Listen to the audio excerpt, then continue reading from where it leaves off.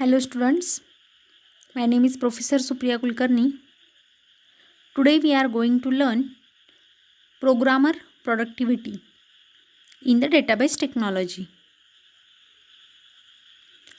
Talk to any developer of an enterprise's applications and you will sense frustration from working with relational databases.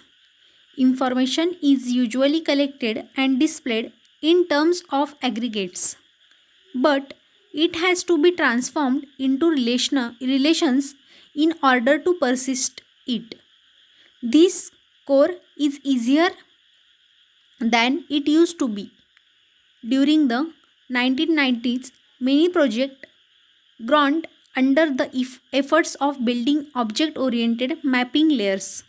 By the 2000s, we have seen popular ORM frameworks such as Hibernate, iBatis, and Rails Active Record that reduce much of the burden. But this has not made the problem go away.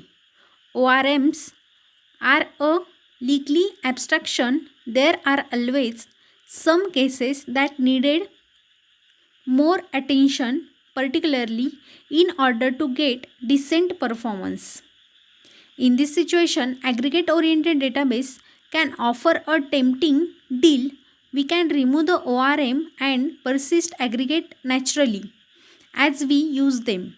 We have come across several projects that claim palpable benefits from moving to a aggregate oriented solution. Graph database offer a different simplification. Relational database do not do a good job with a data that has a lot of relationships.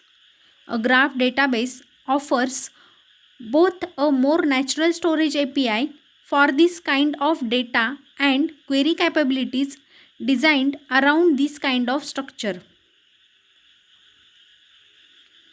All kind of NoSQL system are better suited to non-uniform data.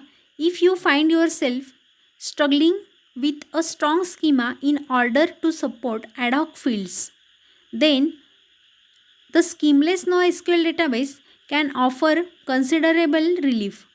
These are the major reasons why the programming model of NoSQL database may improve the productivity of your development team.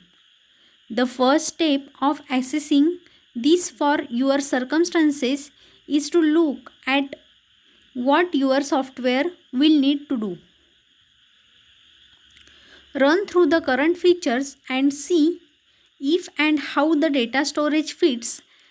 As you do this, you may begin to say that a particular data model seems like a good fit.